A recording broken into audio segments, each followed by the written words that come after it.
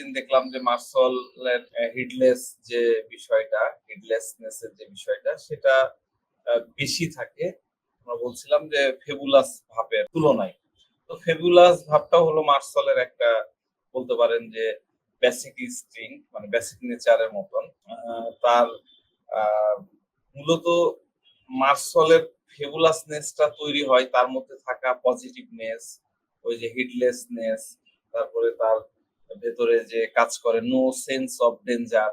হ্যাঁ, এই সব মিলায়ে একটা সমন্বিত অবস্থা মার্সলকে ফেবুলাস বানায় দেয়। কোনো প্রবলেমকে সে গুরুত্ব দেয় না, যতখানি তার কনসার্নে থাকা উচিত ততখানি সেটা সে কনসার্নে রাখে না। আবার এই ফেবুলাসনেসটাকেই অবজেক্ট করে সে ভাবে যে সমস্যা তো তেমন না, সমস্যা তেমন যেহেতু হচ্ছে না তাহলে আমি ওষুধ কেন খাবো। বুঝতে পারছেন, একটার সাথে একটা কিন্তু একটা ভাবনার সাথে একটা ভাবনা কিন্তু জুড়ে থাকে। আপনাদেরকে এটাই ধরতে হবে। সে অসুস্থ, তারপরেও সে চিন্তা করছে যে আমি ভালো আছি, delusion well he is well, তাই না? আমি যেহেতু ভালো আছি তাহলে আমি কেন ওষুধ খাবো। অবজেক্টিভ রিজনেবল চলে আসে। এখন অবজেক্টিভ রিজনেবল এর বিষয় নিয়ে একটা কথা বলি। আপনারা যখন রোগীর স্টেটমেন্টের মধ্যে কথা বুঝতে বুঝতে যখন দেখবেন যে একটা অবজেক্ট দিয়েছে এবং যেটা আপনার কাছে রিজনেবল মনে হচ্ছে, হ্যাঁ, আর আপনি সাথে সাথে কিন্তু অবজেক্টিভ রিজনেবল দিবেন তা না। আপনি রোগীকে সুযোগ দিতে হবে। রোগী আরো ২-৩টা একাধিক যখন অবজেক্ট সামনে থেকে আপনাকে দিবে এবং সেগুলা আপনার কাছে যখন রিজনেবল মনে হবে, রোগীর কাছে তো রিজনেবল মনে হচ্ছে বলেই তো সে বলছে। আপনার কাছে যখন মনে হবে তখন আপনি কিন্তু অবজেক্টিভ রিজনেবল নিয়ে নেবেন। যেমন আমি আজকে যে কেসটা দিলাম, সে পেশেন্ট তার জ্বালাচ্ছে এই জায়গায় বুকের এইখান থেকে বা পেটের এইখানে, পেট তো আমার দেখতে পাচ্ছি না, পেটের এখান থেকে আমার জ্বালা করছে। হ্যাঁ, আর আপনি যদি কমিউনিকেটিভ নিয়ে নেন তাহলে কিন্তু আপনি মিসগাইডেড হবেন। এই কারণে অবজেক্টিভ রিজনেবল, কমিউনিকেটিভ, তারপরে রিজন পাওয়ার ইনক্রিজ, এই রুব্রিক্স গুলাকে একটু চিন্তা ভাবনা করে নেবেন। এই ইয়েগুলো হচ্ছে বেসিক নেচারের মধ্যে পড়ে। এই কারণে দেখবেন যে ঘুরে ফিরে রুগী এই জিনিসগুলোকে বলছে। এদের একটা অসুখ হয়েছে, অসুস্থতা দেখা যাচ্ছে ক্রমশই খারাপের দিকে যাচ্ছে, দিন দিন খারাপ হয়ে যাচ্ছে, ডে বাই ডে ডেটোরেট করছে, তারপরেও সে পাত্তা দেয় না, তারপরেও বলবে যে আমি ভালোই আছি, তারপরেও সে বলবে ভালো আছে। Well says when well says well when very sick, এটা তাদের মধ্যে কিন্তু আমরা অনেক বেশি দেখতে পাই। আরেকটা বেসিক নেচার হলো মার্সলের, সেটা হচ্ছে মেলাসিয়াস। মেলাসিয়াসের মধ্যে মনে হয় অনেকগুলো মেডিসিন আছে। আমি কপি করে দিচ্ছি, এম এ মেলাসিয়াস। মেলাসিয়াস অনেক মেডিসিন আছে। মার্সল হচ্ছে মেলাসিয়াস কোথায়, যখন তাকে ইনসাল্ট করা হয়। মেলাসিয়াস ইনসাল্টিং, আমাদের রুব্রিক্স আছে মেলাসিয়াস ইনসাল্টিং। আমি কপি করে দিচ্ছি, আইএন ইনসাল্টিং, দুইটাই মাত্র মেডিসিন, হায়াসিয়ামাস আর হলো মার্সল। মেলাসিয়াস ইনসাল্টিং, হ্যাঁ, এটা কি মেলাসিয়াস মানে কি? মেলাসিয়াস মানে হচ্ছে অন্যের ক্ষতি করতে চায়। এরা বিদ্বেষ পরায়ণ টাইপের হয়। কেউ তার সামান্যতম যদি ক্ষতি করে, ধরেন যে আপনি একটা চিমটি কাটলেন, একটু বদমাইশি করে, দুষ্টুমি করে একটু চিমটি কাটলেন, সে এমন ভাবে ওটাকে চিমটি কাটবে অনুচরণ থেকে চামড়া ছিলে রক্ত বাইর করে ফেলবে। মানে সামান্যতম যদি আপনি তার ক্ষতি করেন, সে আপনার 10 গুণ ক্ষতি করবে এবং একই সাথে তাকে মানে আপনাকে সে অপমান করবে, বিদ্রুপ করবে। এই জন্য এই রুব্রিক্সটা হচ্ছে মেলাসিয়াস ইনসাল্টিং, ঠিক আছে? মার্সলের এর খুব কাছাকাছি আরেকটা রুব্রিক আমরা নিতে পারি। এই রুব্রিকটা হচ্ছে সিনিকাল। সিনিকাল, সিওয়াই এনআই সিএল, সিনিকাল। সিনিকাল, হ্যাঁ, এই সিনিকাল। সিনিকাল মানে কি? সিনিকাল মানে হচ্ছে বিদ্রুপকারী। এই ডিকশনারি মিনিং হচ্ছে বিদ্রুপকারী, কঠোর প্রকৃতির, হ্যাঁ, ঘৃণা ভাবে এবং দেখা যাচ্ছে নাক শিটকানো স্বভাব। মানুষের দায়বদ্ধতা, সততা, একতাকে এরা বাঁকা চোখে দেখে। আপনি তার প্রতি লয়াল, আপনি তার প্রতি ডেডিকেটেড, সেটাকে সে বাঁকা চোখে দেখবে, সন্দেহের চোখে দেখবে, বিশ্বাস করবে না। এরা হচ্ছে মানব বিরোধী, মানব বিদ্বেষী। হ্যাঁ, এরা বিশ্বাস করে যে মানুষ তার নিজের ধান্দায় চলে। সে কেন আমার উপকার করতে আসলো, এর তো করার কথা না, এমনি এমনি কেন আমার কাছে আসলো, এই যে এই অবিশ্বাসটা তার মধ্যে থাকে। সে ধরে নেয় যে আমার কাছে আসছে মানে তার নিশ্চয়ই কোনো একটা ধান্দা আছে। এমনি কোন সিস্টেম বা গ্রহণযোগ্য মাপকাঠিকেও এরা অসম্মান করে। কোন সিস্টেম তারা মানতে চায় না, কোন রুলস তারা ফলো করতে চায় না। আমাদের রুব্রিক্স আছে মিসেন মিসেন্ট্রপি, MISAN, মিসেন্ট্রপি এরা হলো মানবতা বিদ্বেষী। অনেক মেডিসিন আছে, তারপর আমরা জানার জন্য এইগুলা করবো। আর মার্সলের বেসিক কতগুলো নেচার আছে, কিছু তো আমি আলোচনা করলাম, আরো কিছু আছে যেগুলো আমরা ধীরে ধীরে আলোচনা করবো, এইগুলো পাওয়া যায়। আর এই আলোচনা মানে কেন প্রয়োজন, এর প্রয়োজন হচ্ছে যে সে আসলে কি চায়, হ্যাঁ, হোয়াট হি ওয়ান্ট, হ্যাঁ, এবং তার আইপিআর, তার এনভায়রনমেন্ট, সেগুলোর সাথে সে কেমন রিলেশন মেনটেন করে চলে, সেটা আমরা এই বেসিক নেচার গুলো যদি স্টাডি করি তাহলে আমরা বুঝতে পারবো। তো মার্শাল যা চায় তা হলো নিজের ইচ্ছা মতো স্বাধীনভাবে চলা। বেলেডোনাও তাই, তাই না? বেলেডোনা ওই কারণে দেখেন ডুগ্লাসে মিলে যাচ্ছে, আরো কিছু জায়গায় বেলেডোনার মতন মনে হচ্ছে আপনার ইন্ডিপেন্ডেন্ট ভাবে মিলে যাচ্ছে। তারপরে আরো কিছু আছে, মাথায় আসছে না, ফ্রিডম, হ্যাঁ, এই জায়গাগুলো তো বেলেডোনার সাথে মিলে যাচ্ছে। মন যা চাইবে তাই সে করবে, যে পথে চলতে চায় কোনো প্রকার নিয়ন্ত্রণ বাধা সে মানে না, মানতেও চায় না। আনন্দ ফুর্তি, নাচ গান, এবং সিনেমা যদি দেখবেন খুব অ্যাকশন টাইপের, ফাস্ট অ্যান্ড ফিউরিয়াস, হ্যাঁ, এই রিলেটেড এই ধরনের অ্যাকশন ফিল্ম গুলা তারা দেখবে। এবং উত্তেজক যে ড্রিঙ্কস গুলো আছে সেগুলা বিভিন্ন ধরনের অ্যালকোহল, নেশা, রঙিন জগৎ, হ্যাঁ, এবং তার সাথে অন্য সবাইকে কন্ট্রোল করা, তার উপরে, তাদের উপরে, অন্যদের উপরে আধিপত্য স্থাপন করা, সমস্ত কিছু তার মর্জি মাফিক চলবে। প্রশ্ন না করেই সবাই কোনো প্রকার প্রশ্ন করবে না, তার সামনে মাথা নত করবে, তার আনুগত্য স্বীকার করবে, তার প্রভুত্ব স্বীকার করবে, মানে তার ইচ্ছা মতন তারা চলবে। এটাতে তার সুখ, এটাই সে চায় এবং এটাতে সে শান্তিতে থাকে, আরামে থাকে। সবাইকে, মানে তার ভাবটা হলো সবাইকে সে নাকে দড়ি দিয়ে ঘোরানো, নাকে দড়ি দিয়ে ঘোরাবে, এটাতেই তার আনন্দ। নাকে দড়ি দিয়ে ঘোরানোটা বুঝেন? হোয়াট ইজ নাকে দড়ি দিয়ে ঘোরানো? Solution nose takes people by nose, একটা ইংলিশ মার্সল। Solution nose takes people by the nose. আরেকটা খুব সুন্দর রুব্রিক্স আছে, পুলিং নোজ ওয়ান্স, এটাও দেখেন সিঙ্গেল নেম মেডিসিন মার্সল। Pulling nose once nose in the street, নাকে দড়ি দিয়ে ঘোরানো, নাক ধরে টানা। পুলিং নোজ মানে কি? নাক ধরে টানা। হোয়াট ইজ নাক? নাক বলতে আমরা কি নাক ধরে টানা, এটা একটা ফ্রেজ। পুলিং নোজ এটা হলো একটা dictatorial symbol of A dictator. বুঝছেন? নাকে দড়িতে ঘুরাই বলে না, সে মুক্ত নাকে দড়িতে ঘুরায়, ওর বউ ওকে নাকে দড়িতে ঘুরায়, কারণ বউয়ের বাইরে চলতে চায় না। তো মার্শাল হচ্ছে এরকম চাই যে আমার যারা থাকবে অধীনস্থ বা আমার আশেপাশে, আমি তাদের নাকে দড়িতে ঘুরাবো। তাদের রিলেশন, আইপিআর এর সাথে তাদের রিলেশন কেমন থাকে, এবার এটা একটু বোঝার চেষ্টা করি। আইপিআর বলতে কি বোঝাচ্ছি? তার পরিবার, তার সমাজ, তার সোসাইটি, সবার সাথে তার রিলেশনটা কিরকম হবে সেটা আমরা একটু জানি। তার আইপিআর এর সাথে, সমাজের সাথে তার রিলেশন স্বভাবতই স্বাভাবিক। তার বেসিক নেচার অর্থাৎ চারিত্রিক বৈশিষ্ট্য এবং চাহিদা বা চাওয়া স্বভাবত সুস্থ চাওয়া না, তাই এনভায়রনমেন্টের সাথে তার রিলেশন একটু খারাপ থাকে, একটু কটু টাইপের থাকে। পরিবার এবং পারিপার্শ্বিক লোকজন তার এই উদ্ধত স্বভাব, অভদ্র আচরণ এবং তার বিশৃঙ্খলা, অরাজকতা এগুলো মেনে নেন। স্বাভাবিক মানুষ কখনোই মেনে নেবে না এবং তার বিরোধিতা করে এবং তাকে শাসন করে, ডোমিনেট করে।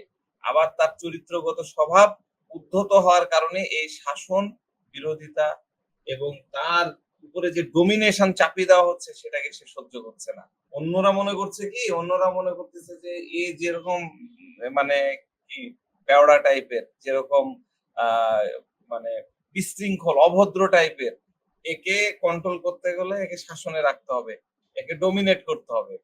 তো তারা তার উপরে ডোমিনেট করতে চায়, কিন্তু এ আবার ডোমিনেশন সহ্য করে না। তখন কি হয়? তখন তার মনের মধ্যে কাজ করে যে সবাই আমার শত্রু, যেটা প্রথম থেকেই বলে আসছে, সবাই আমার শত্রু, প্রত্যেকেই আমার কাজের বিরোধিতা করতেছে। ইয়ে কি solution? Enemies, everyone is enemy. বাড়ি কি, স্কুল, বন্ধু বান্ধবের বন্ধুমহল, কর্মক্ষেত্র, সর্বত্রই সে তার স্বভাবের জন্য বিরোধিতা পায়। স্বভাব ভালো না হলে কি হবে? আপনিও বিরোধিতা করবেন এবং সর্বত্রই সে শত্রু দ্বারা আবদ্ধ। সবাই আমাকে শত্রু, মানে চারিদারটা শত্রু দিয়ে আমাকে ঘিরে ফেলেছে, ঠিক আছে? সবাই আমাকে শত্রু বলে সন্দেহ করতেছে, এরকম মনে করে। আমাদের শত্রু নিয়ে এক গাদা delusion pursued he was, delusion pursued he was, enemies by delusion, enemies surround by enemies, delusion suspicious enemies, considering everybody is, প্রত্যেককে মনে করতেছে, সবাইকে কনসিডার করতেছে এনিমিস হিসাবে। এরা বিরোধিতা করে, এত অশান্তি, এত শাসন, এত শাস্তি যে বাড়ির পরিবেশকে তার কাছে নরক মনে হয়। তার কাছে মনে হয় যে আমি নরকের মধ্যে আছি। Delusion hell, delusion hell, delusion hell in is, delusion hell in is, মনে হচ্ছে যে সে নরকের মধ্যে আছে। হেল কি? নরক কাকে বলে বলেন দেখি? What is hell? Any idea? Hell আমরা কাকে বলি? নরক, জাহান্নাম, জাহান্নাম, জাহান্নাম। জাহান্নামে কি হয়? কষ্ট, শাস্তি হয়। কষ্ট, শাস্তি, নিপীড়ন এবং যন্ত্রণাটা কি হয়? বিভীষিকাময় অত্যাচার, তাই না? শাস্তি ভোগ করতে হয়। এই যে অবর্ণনীয়, বেসিক্যালি হেল হচ্ছে অবর্ণনীয় লাঞ্ছনার জায়গা, কষ্টের জায়গা, দুর্দশার জায়গা। আসল বলে এত যন্ত্রণা, এত কষ্ট বলে বোঝানো যাবে না। ডাক্তার সাহেব, এত যন্ত্রণা, এত কষ্ট আমি বলে বোঝাতে পারবো না। এটা হলো হেল, বুঝতে পারছেন? আরেকটা রুব্রিক্স আছে ডেলুশন হেল, এখানে লাইসিনও আছে সম্ভবত। Delusion, delusion hell, delusion hell torments of hell without being able to explain suffer the Lyssin. Lyssin torment যে জায়গায় থাকে সেখানে লাইসেনকে থাকতেই হবে। তাহলে delusion hell torments of the hell without being able to explain suffer that, মানে এত অবর্ণনীয় যন্ত্রণা, এত টর্চার, যেটা ভাষায় বর্ণনা করা যায়, মানে বর্ণনা করা যায় না। এই গেল তার ইয়া। আর এরপরে হলো তার রিয়াকশন কেমন হয়, রিয়াকশনটা একটু বুঝি। সেটা হলো যে মার্কারি, মার্কারি থেকে মার্সল আসছে। মার্কারির রিয়াকশন হচ্ছে মারাত্মক। কিভাবে আমরা ডক্ট্রিন অফ সিগনেচার থেকে দেখছি যে কাঁচের থার্মোমিটার, সেখানে কি উষ্ণতা একটু যদি গরম হয় মিটার আগায় যাচ্ছে, তাই না? উপরের দিকে উঠে যাচ্ছে। মানে সামান্যতম স্টিমুলেশনে এদের বড় ধরনের রিয়াকশন হয়, বড় ধরনের রিয়াকশন হয়। তো এই স্টিমুলেশনটা কি? সেটা কন্ট্রাডিকশন হতে পারে, এক্সপোজার হতে পারে, আরো নানান ধরনের বিষয় হতে পারে। তো মার্শাল ব্যক্তিত্বেও কিন্তু এরকম দেখা যায়, এই পারদের মতো একটু রিয়াকশন হয়েছে, একদম সে ওর দিকে উঠে গেছে। তো আমরা যদি রিয়াকশন যদি দেখি যে রিয়াকশন গুলো তার কিভাবে হচ্ছে এবং সেই সংশ্লিষ্ট রুব্রিক্স গুলা যদি বোঝার চেষ্টা করি, তাহলে হবে যে স্টিমুলেশনের প্রভাবে তার রিয়াকশনটা হলো যে সে কমপ্লেইন করে। প্রথম রিয়াকশন সে কমপ্লেইন করে, কমপ্লেইন করে তার রিয়াকশনের বিরুদ্ধে, মানে যে তাকে চালাচ্ছে তার আইপিআর এর বিরুদ্ধে, তার সারাউন্ডিং এর বিরুদ্ধে। এটা হলো তার first reaction. Complaining, relation and surrounds of, আমাদের রুব্রিক্স আছে দেখেন, complaining, COM, complaining, complaining, relations and surround of. এক টাইমে মার্সল সারাদিন তার রিলেশন নিয়ে কমপ্লেন, আর তার আশেপাশে কি আছে তাদেরকে নিয়ে কমপ্লেন, ঠিক আছে? এরপরে কি আছে? এরপরের রুব্রিক্স হচ্ছে তার রিয়াকশন কি হয়? Suspicious enemies, suspicious, suspicious enemies considered everybody's. তার আরেকটা রিয়াকশন কি? সাসপিশিয়াস এনিমিস, ও আমরা তো গেলাম কই থেকে কই গেলাম, suspicious enemies, enemies considering everybody's, সবাইকে সে এনিমিস কনসিডার করে। সাসপিশিয়াস ডে টাইম, দেখেন ডে টাইম হচ্ছে মার্শালের জন্য একটা বড় বিষয়। দেখেন সাসপিশিয়াস ডে টাইম, এই রুব্রিক্সটা দেখেন, সাসপিশিয়াস ডে টাইম, এটা মার্শালের জন্য খুবই বড় একটা রুব্রিক্স। কেন? আমি ব্যাখ্যা দিচ্ছি।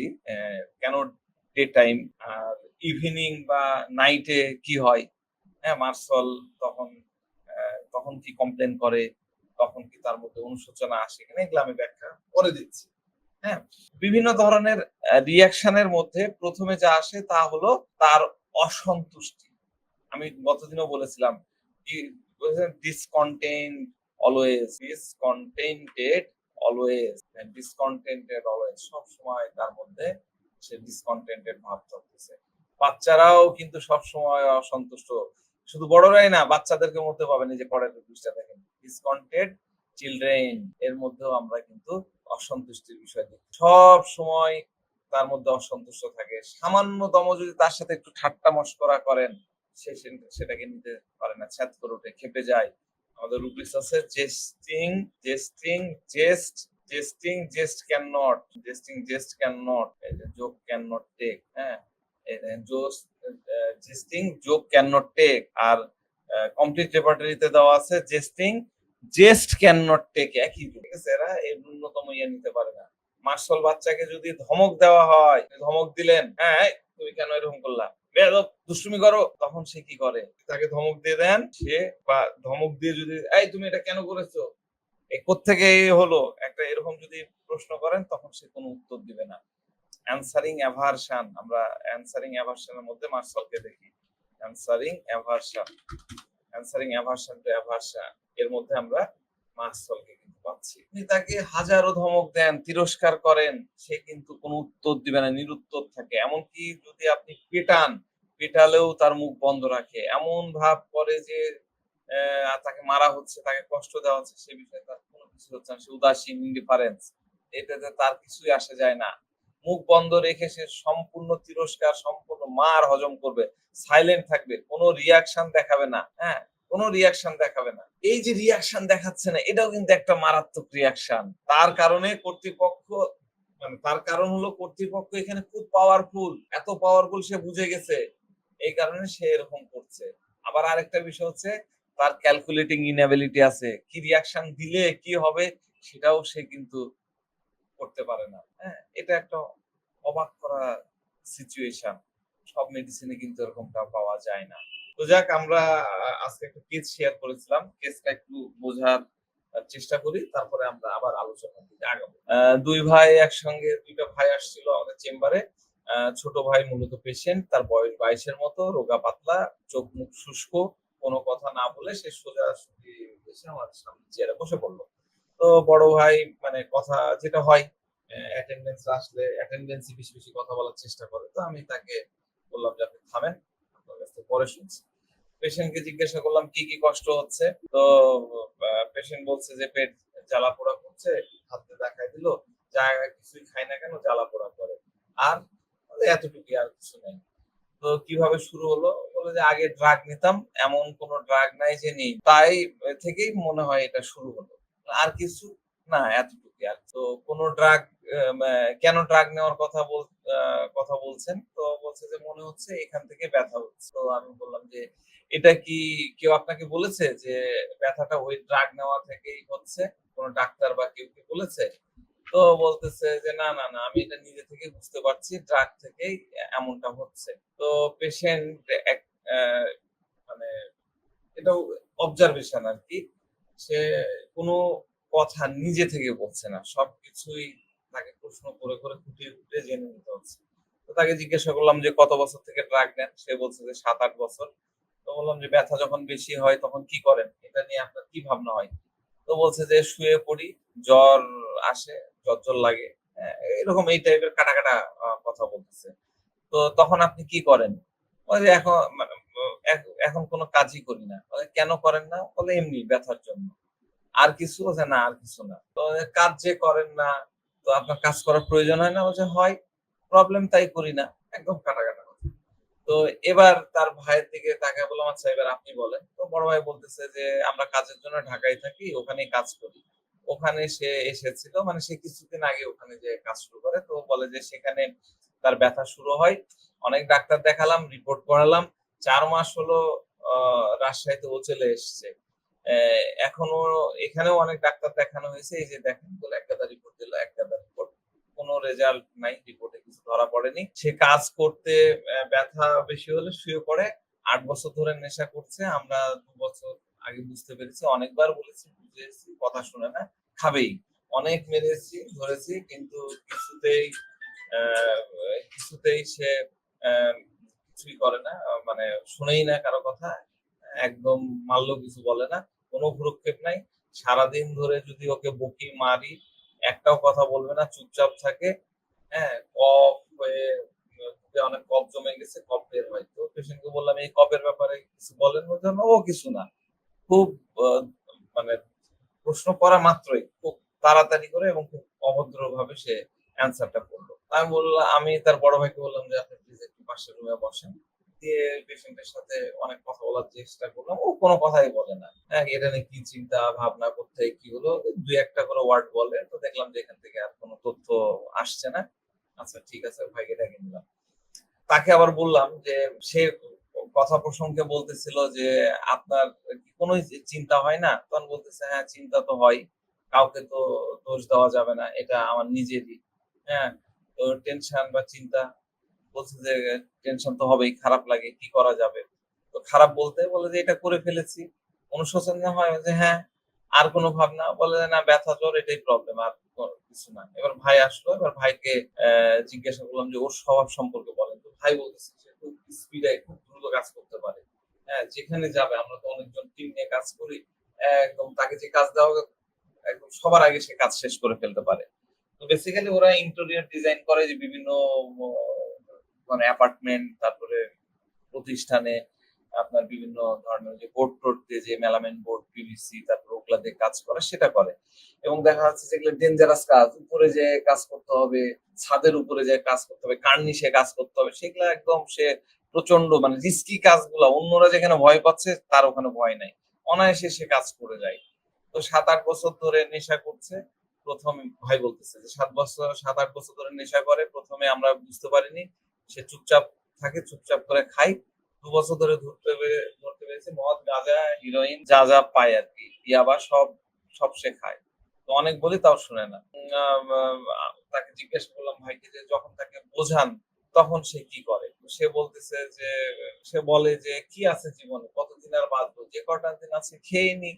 এসব বলে। তো যাক আ আপনার এই বিস্তারিত ইয়েতে দেওয়া আছে। আমি একটু দ্রুত স্কেপ করলাম। তো ব এই পেশেন্ট মূলত তাকে মার্কসল 30 দিয়েছিলাম আরকি। হ্যাঁ? 30 দেওয়া মাত্রই খুব দ্রুত মানে খুব মার্সল যদিও আমরা বলি যে স্লো ডেভেলপমেন্ট স্লো হিসাব অনুযায়ী স্লো সব ইয়ে পাওয়া যাবে। কিন্তু এই পেশেন্টের ক্ষেত্রে খুব দ্রুত উন্নতি পাওয়া গেছে। এবং তারা ঢাকায় চলে গেছিল। ফোনে যোগাযোগ আর করতো আরকি। ফলো-আপ গুলো ফোনেই হতো। তো যাক ওর বড় ভাই খুব খুশি হয়েছে। জ্বালা ব্যথা-ট্যাথা ওগুলা নাই।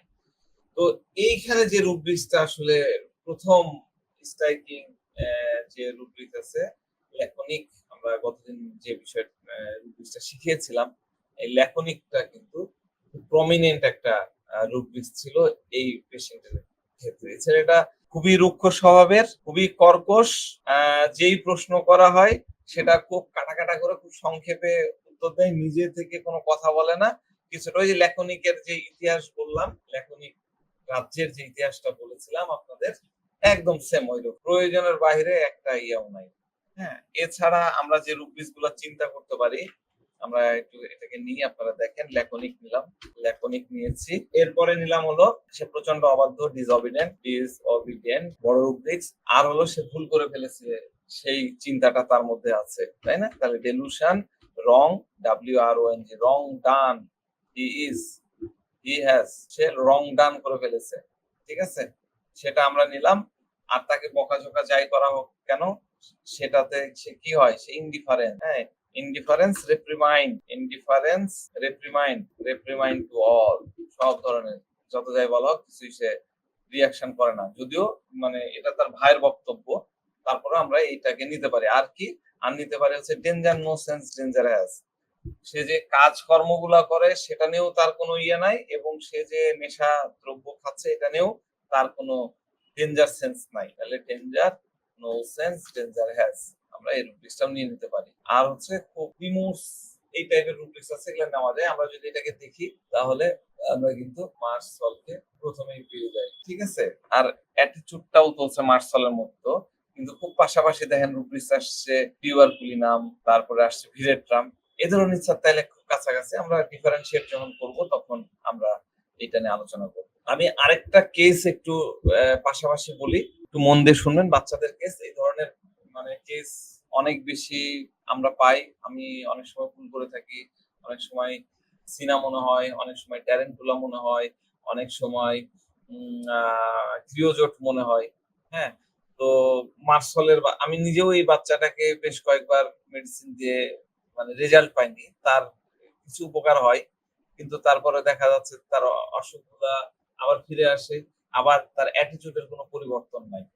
তো এই বাচ্চাটার বয়স ৬ বছরের মতন। সে বেসিক্যালি তার বাবা-মা তাকে সাথে করে নিয়ে আসে। তার সাথে একটু দূরে থাকে। খুব দুরন্ত আ বাচ্চা আরকি। ছটফটে, দুষ্টু প্রকৃতির আরকি। চেম্বারে আসলে এটা ধরবে, ওটা ধরবে। সবসময় অস্থির। এটা নিয়ে খেলতেছে, এটা নিয়ে টানছে। দেখা যাচ্ছে যে আমাদের লেভেল থাকে, লেভেল বুক নিয়ে নিচ্ছে। এই কার্ড আছে, কার্ড গুলা নিয়ে খেলতেছে।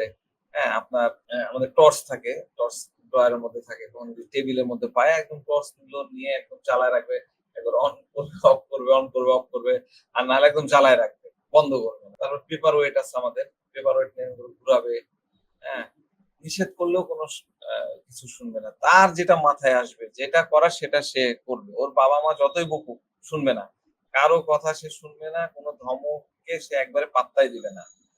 মাঝে মধ্যে দেখা যাচ্ছে যে টেবিলের উপর স্টেপলার আছে, স্টেপলার নিল, নিয়ে ওখানে বই রাখা আছে বা আমাদের ওই যে নোট করে রাখি নোটবুক আছে, নোটবুকে স্টেপল করা শুরু করে। আর নোটবুক যদি হাতে না পায় দেখা যাচ্ছে যে আপনার ভিজিটিং কার্ড আছে, ভিজিটিং কার্ড নিয়ে স্টেপল করছে। নাহলে আমাদের সিল আছে, সিল নিয়ে সিল মারবে। আমাদের সিল তো অটো সিল। এরকম করে ঘাটা করে নিয়ে ওইভাবে করবে। ওর বাবা যদি হাত থেকে দেখা যাচ্ছে কেড়ে নিল, বাবাকে একটু ভয় করে, তো কেড়ে নিল। কেড়ে নিতে গেলে পিছনে এরকম করে আমাকে তো দেখতে পাচ্ছে না। জাস্ট হাতটাকে এরকম করে নিয়ে পেছনের দিকে লুকাবে। জাস্ট এইভাবে নিয়ে পেছনের দিকে লুকালো। হ্যাঁ? তো আবার বলবে যে আর করব না, আর করব না। হ্যাঁ? এটা আমার হাতে থাক। আবার একটু বাবা যখন রিল্যাক্স এ কথা বলা শুরু করলো, দেখা যাচ্ছে পর মুহূর্তে আবার ওই এক্টিভিটিস সে শুরু করে। তো টেবিলে রাখা আমার সামনে ল্যাপটপ আছে। তো ওই পাশে দিকে চলে আসলে আমি একদম মানে কিবোর্ডে এরকম করে হাত দিয়ে রাখলাম। হাত দিয়ে রাখি যে কখন কোন জায়গায় গুতা দিয়ে দিবে। আর ওই হাতের ফাঁকে যদি চান্স পেয়ে যায় দিবে একটা টিপ। তো ওর বাবা-মা ওকে সামলানোর চেষ্টা করে, টেনে নেয়। তখন ছেলেটা ক্ষেপে যায়। বলছি তো আর করব না। আর যাব না। হ্যাঁ? এইভাবে বলবে। বলে সামলানোর চেষ্টা করবে। তো আবার দেখা যাচ্ছে যে সামনে একটু পরে আবার দেখা যাচ্ছে স্টেট্রো আছে। স্টেট্রো নিয়ে কানে নিবে, নিয়ে ওই ইয়ে ধরে টানাটানি করবে। হ্যাঁ? আবার একদিন তো দেখছি স্টেট্রো নিল, নিয়ে আমার বুকে এসে দেখার চেষ্টা করছে। মানে এর আগে ঠান্ডা, ঠান্ডা লাগে আমরা ওর বুক দেখি ওইভাবে করার চেষ্টা করি। মূলত এই বাচ্চাটা আসলে আমরা আমাদের প্রয়োজনীয় জিনিস-টিনিসগুলো একটু এদিক ওদিক হটিয়ে রাখি। ধরেন স্টেথো বা যদি টর্চ থাকে, টর্চটা ড্রয়ারের মধ্যে রেখে দিলাম। ওই কিন্তু আবার ঠিকই ওগুলা খুঁজে বাইর করে। ওর মনে থাকে যে এই জিনিস ওই ডাক্তারের কাছে আছে। ওগুলো আমাকে দেখতে হবে। তো যাক ওর মূল সমস্যা ছিল শ্বাসকষ্ট, অল্পতেই ঠান্ডা লেগে যায়, হাঁচি-কাশি, সর্দি তো লেগেই থাকে। আর টনসিল, একদম টনসিল ২ টা একদম খোলা এইরকম হয়ে মুখটা ফুলে থাকে। গলা একদম প্রায় বন্ধ। টর্চ দিয়ে দেখলে একদম পুরা বন্ধ হয়ে থাকে। আর রিসেন্টলি তার গায়ে অনেকগুলো দাগের মতো স্কিন ডিজিজ, রিংওয়ার্ম। তো ওর মা বলে যে প্রচন্ড এই সেম জিনিস বাড়িতে। ভয় ভীতি বলে কিছু নাই। শুধু এখান থেকে ওখানে লাফালাফি করবে। খাট থেকে উঠলো, লাফ দিয়ে নামলো, আবার লাফ দিয়ে উঠার চেষ্টা করবে। হ্যাঁ? লাফ দিয়ে উঠে ব্যাঙের মতো। লাফ দিবে আবার লাফ দিয়ে নামবে।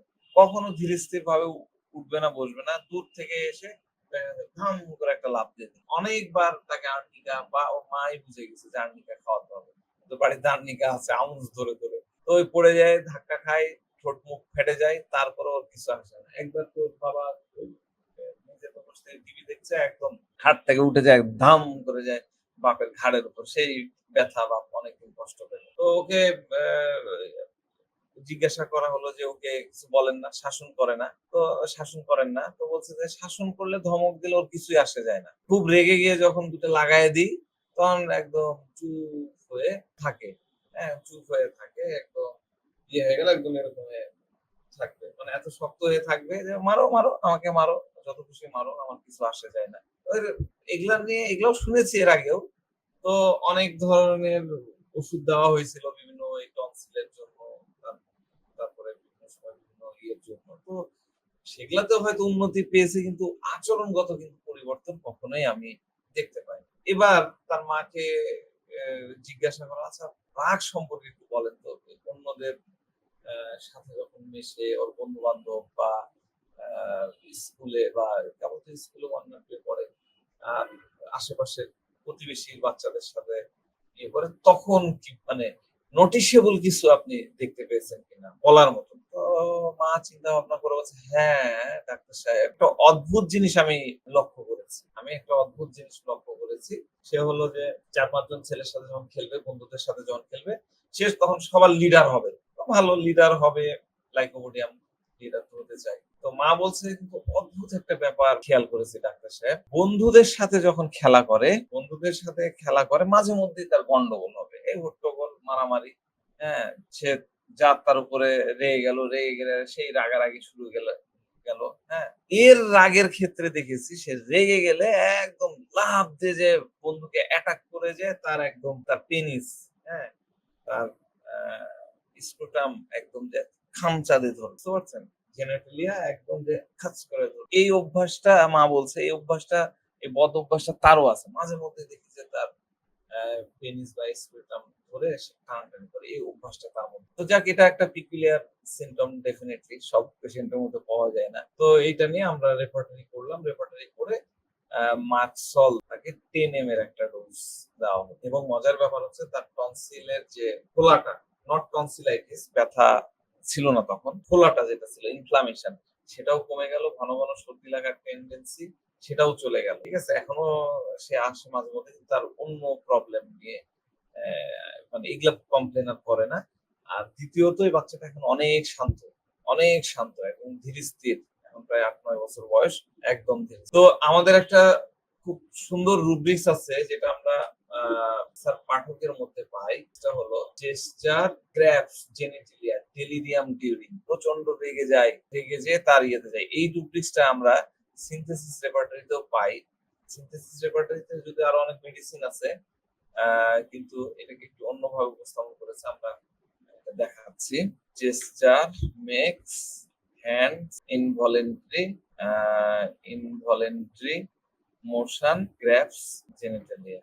এখানে মেডিসিন দেওয়া নাই, রেফার করে ক্রস রেফারেন্স করে দিয়েছে।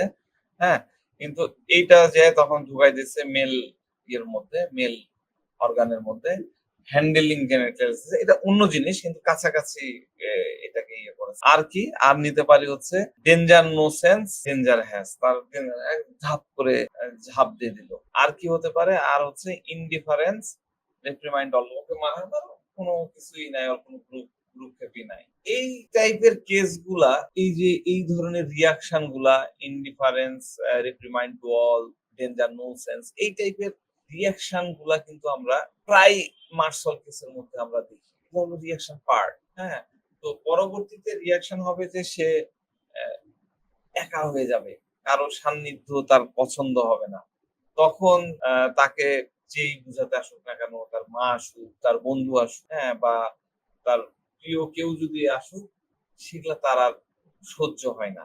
হ্যাঁ, আমাদের খুব সুন্দর রুব্রিক্স আছে, আবার বন্ধ করে দিলাম, একটু দেখায়। এটা হলো একটু অ্যাডভান্স লেভেলে যখন যায় তখন আমরা এটা পাই, সেটা হলো company COM, company aversion to bear anybody can not, কাউকে সে বিয়ার করবে না, কাউকেও সে সহ্য করবে না। ঠিক আছে, একটু সান্ত্বনা দিলেই, যদি আপনি তাকে সান্ত্বনা দেন, একদম কাজ হবে উল্টা। কনসোলেশন অ্যাগ্রাভেশন আমাদের রুব্রিক্স আছে, কনসোলেশন অ্যাগ্রাভেশন, একটু সান্ত্বনা দিলে সে অ্যাগ্রাভেট করে ফেলতেছে। এমনকি তার দিকে তাকালেও সে সহ্য করে না, ওইরকম ইয়াতে যদি আপনি তাকান, ওটাও সে সহ্য করে না।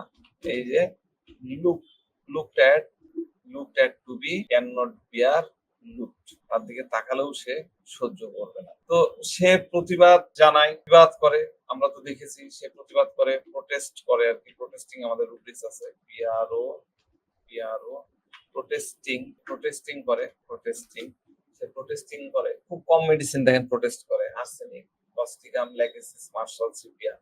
সে প্রতিবাদ জানায়, প্রোটেস্ট করতে চায়। কেউ যদি তার ইচ্ছার বিরুদ্ধে বিরোধিতা করে, তখন সে সেটা সহ্য করবে না। আমরা গতদিনের কেসে দেখেছি তার রাগ হয়, রুগী নিজেই বলতেছিল। এমনি যন্ত্রণা হলেও তার রাগ হয়। তাহলে আমরা কি দেখছি, কন্ট্রাডিকশন ইনটলারেন্স অফ, কন্ট্রাডিকশন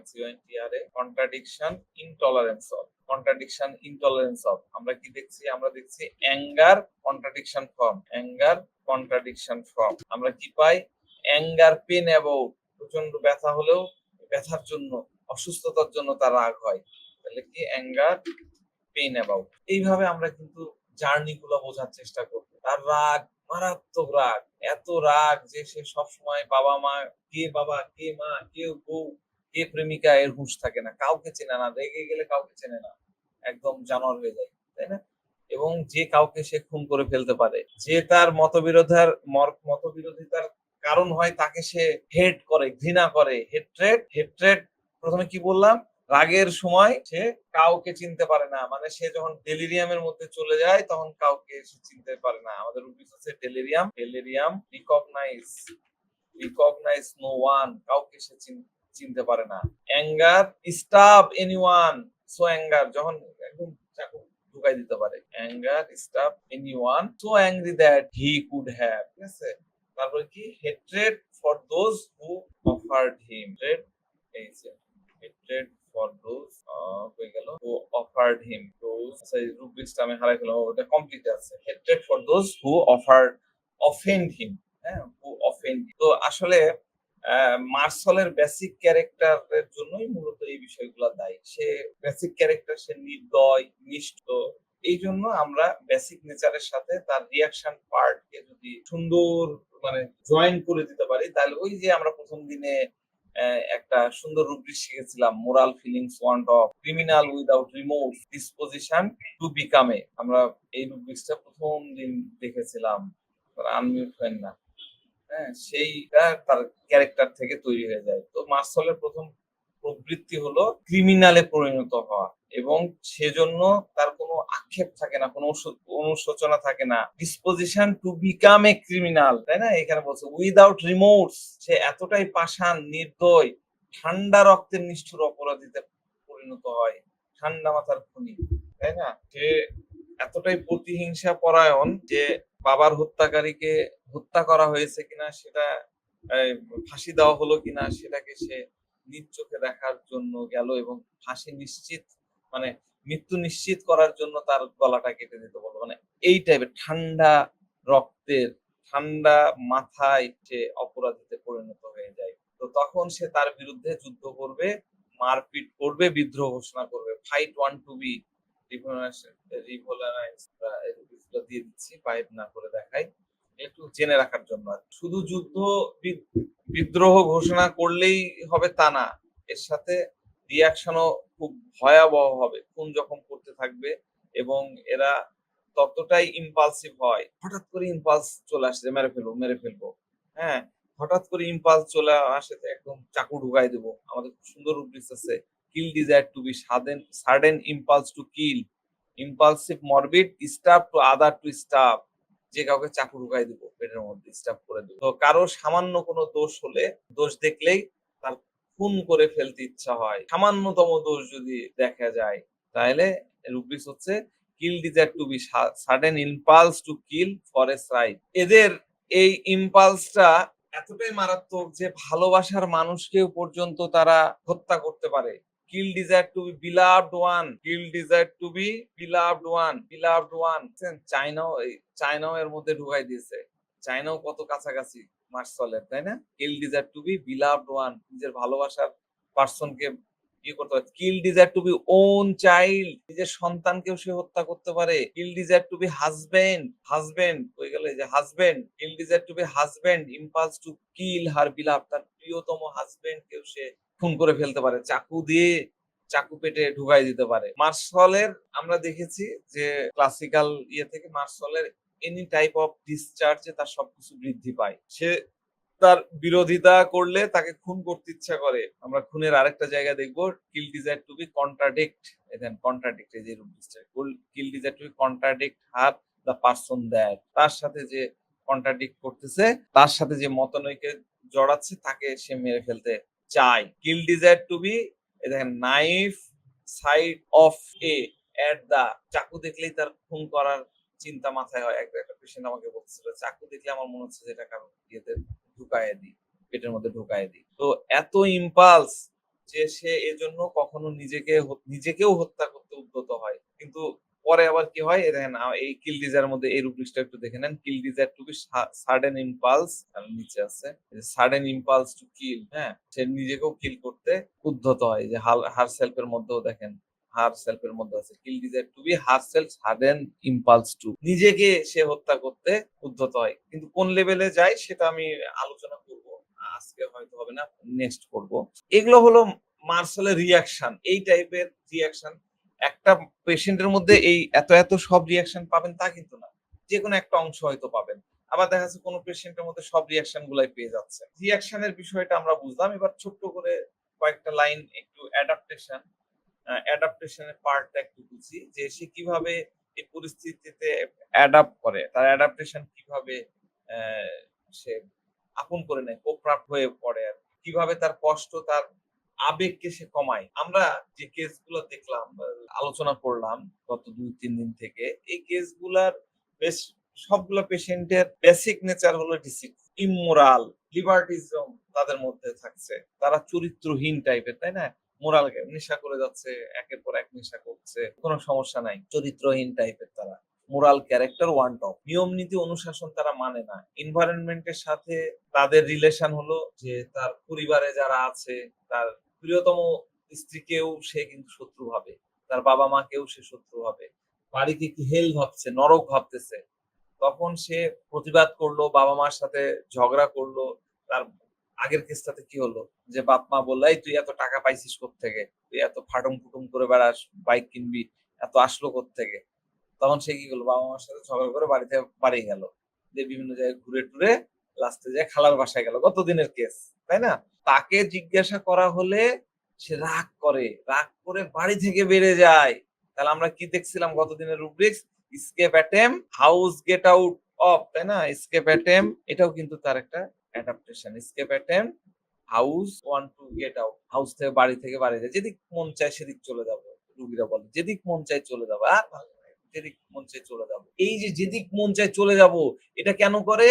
এইরকমটা করলে তার রিলিফ হয়। ওই যে বাবা মার প্রেসার, পারিবারিক দোষ, এই যে হেল, তার কাছে মনে হচ্ছে সবাই আমার এনিমি, আর আমার পরিবারটা হচ্ছে আমার একটা হেল। এই হেল থেকে রিলিফের জন্য সে কিন্তু বাড়ি থেকে বাড়িয়ে যেতে চায়। ভালো করে বুঝছেন? রিলিফ পাওয়ার ওয়েটা হলো বাড়ি থেকে বাড়িয়ে গেলাম, বাস আমার রিলিফ হয়ে গেল। এটাই হলো মার্সফলের অ্যাডাপ্টেশন। হ্যাঁ, আমাদের এই টাইপের অনেকগুলো রুব্রিক্স আছে। Home, leave home, desire to, home, leave home, desire to. ঠিক আছে? এই ইয়াতে এখানে কিন্তু আপনি মার্সল এই ইয়ের মধ্যে নাই। আপনি এই চিৎকারাতে গেলে কিন্তু এটা পেয়ে যাবেন। হোম ডিজায়ার, সে বাড়ি থেকে বাড়ি যেতে চায়। তারপরে হচ্ছে wandering desire to be wander, এদিক ওদিক ঘোরাঘুরি যখন করে তখন তার মধ্যে ভালো লাগা বোধ তৈরি হয়ে যায়, তার ওই ইয়েগুলা চলে যায়। ওয়ান্ডারিং মানে কি? ওয়ান্ডারিং মানে হচ্ছে যার নির্দিষ্ট কোনো গন্তব্য নাই, এদিক ওদিক ঘোরা। ট্রাভেলিং মানে কি? ট্রাভেলিং মানে হচ্ছে একটা নির্দিষ্ট গন্তব্য থাকে। ওয়ান্ডারিং আর ট্রাভেলিং এর মধ্যে পার্থক্যটা হচ্ছে এটা। এরা কি করে? এদিক ওদিক ঘোরাঘুরি করে। আমাদের খুব সুন্দর রুব্রিক্স আছে। হ্যাঁ, ওয়াকিং, হিদার এন্ড থেদার, এদিক ওদিক। হায়দার এন্ড, আমরা উচ্চারণ করতাম হায়দার এন্ড হায়দার। তাহলে হচ্ছে এদিক ওদিকে ঘোরাঘুরি করে, নির্দিষ্ট কোনো গন্তব্য নাই, পায়চারি করছে, এখানে যাচ্ছে। হ্যাঁ, এই জন্য মার্শালকে দেখা যায় যে এরা যখন উত্তেজিত হয়ে পড়ে তখন দম করে বাড়ি থেকে বাড়ায়, একদম ছুটে বাড়ায় চলে যায়, একদম হাঁটতে থাকে। হ্যাঁ, ওই যে ফরেস্ট গাম সিনেমাটা দেখছিলেন না? একদম দৌড়াতে থাকে, দৌড়াতে তার উত্তেজনা প্রশমনের জন্য, উত্তেজনা কমানোর জন্য এরা এরকম করে। কখনো উত্তেজনার বশীভূত হয়ে অনেক দূর গন্তব্যে পাড়ি দেয়। এই পাড়ি দেওয়ার উদ্দেশ্যে বেরিয়ে পড়ার ইচ্ছাকে সে একদম কন্ট্রোল করতে পারে না, একদমই কন্ট্রোল করতে পারে না। ইম্পালস মরবিড ওয়াকিং টু, আমাদের রুব্রিক্স আছে ইম্পালস মরবিড ওয়াক। সে তার এই হেঁটে যাওয়া, এটাই কিন্তু তার অ্যাডাপ্টেশন। তার ওই জায়গা থেকে তো তাকে আরাম পেতে হবে। হ্যাঁ, আমাদের রুব্রিক্স আছে travelling desire to travelling desire for almost, দেখেন, almost uncontrollable desire to travel for away. Almost uncontrollable, সে নিজেকে থামাতে পারে না, সে যেতেই থাকে, একটা নির্দিষ্ট গন্তব্যের দিকে সে ছুটতেই থাকে। এই পরিস্থিতিতে যার উপরে রাগ হয় সে সমস্ত লোক থেকে সে দূরে সরে যেতে চায়, তাদের মুখ পর্যন্ত দেখতে চায় না। এটা হলো কি company aversion to, contrary away from people want to get in the, আর travelling desire to be travel. আমরা এই রুব্রিক্স গুলোকে কনসিডার করতে পারি এই জায়গাতে। আমি এখন জার্নির বিষয় নিয়ে বলবো। বিভিন্ন জায়গায় সে দৌড়ে বেড়াচ্ছে, এই যে দৌড়ে বেড়ানোর সাথে প্রাকৃতিক একটা রিলেশন তার মধ্যে আসে, স্টিমুলেশন আসে। আপনি যখন গন্তব্যহীন ভাবে বা গন্তব্যের দিকে ছুটে চলছেন, উপরে নীল আকাশ, আমি কিন্তু এগুলো কাব্যিক ভাবে বলছি। হ্যাঁ, উপরে নীল আকাশ, সমুদ্রের নীল, হ্যাঁ, দূর দিগন্তের সবুজ, এটা কিন্তু নীল হয়ে যায়। সবুজ দিগন্তের কি হয়? মাঠের প্রান্ত, প্রাকৃতিক যে পরিবেশ, গাছপালা তাকে শান্ত করে। ওই পরিবেশে গেলে তাকে আর ওই বিরোধী মুখ, যে যারা তাকে ডমিনেট করছে, যারা তাকে প্রেসার ক্রিয়েট করছে, তাদেরকে আর দেখতে হচ্ছে না। এই জন্য সে মূলত ছুটে বেড়ায়, এই জন্য সে ছুটে ছুটে দূর দূরান্তে চলে যায়, থামতে চায় না, ছুটতে থাকে। খুব সুন্দরভাবে রুব্রিক্স দেওয়া আছে আমাদের প্রেপারেটরিতে। দেখেন, কালার ব্লু এমেল, ঠিক আছে, ব্লু স্কাই, কালার ব্লু এমেল, ব্লু স্কাই, নীল আকাশ তাকে শান্ত করে তোলে, নীল আকাশ তাকে শান্তি দেয়। দেখছেন কত সুন্দর। তারপরে কি কালার গ্রিন এমএল, এই দেখেন গ্রিন এমএল, প্রকৃতি তাকে শান্তি দেয়, এই কারণে সে প্রকৃতির মাঝে ছুটে যায়। তো প্রত্যেকটা মেডিসিনকে আপনাকে বিভিন্ন অ্যাঙ্গেল থেকে চিনতে হবে, তার সমস্ত স্টেপ জানলে আপনি ওই মেডিসিন সম্পর্কে মোটামুটি একটা ধারণা নিতে পারবেন। সম্পূর্ণ ধারণা নেওয়া আসলে সম্ভবই না, কোনো একক বই বা একক ফিলোসফিকে প্রিজার্ভ করে সম্ভবই না। কিন্তু আমরা চেষ্টা করি মোস্ট প্র্যাকটিক্যাল জিনিসটাকে আপনাদের সাথে শেয়ার করা এবং সেটা নিয়ে চর্চা করা। তো মেডিসিনের বেসিক ক্যারেক্টার গুলার সাথে তার প্যাথোলজিক্যাল স্টেট গুলার ধারণা আমাদের যেটা থাকে সেটাকে যদি আমরা মিলাতে পারি, সমন্বয় করতে পারি, কানেক্টিং করতে পারি, তাহলে কিন্তু মেডিসিনের জার্নিটা সম্পূর্ণ হয়।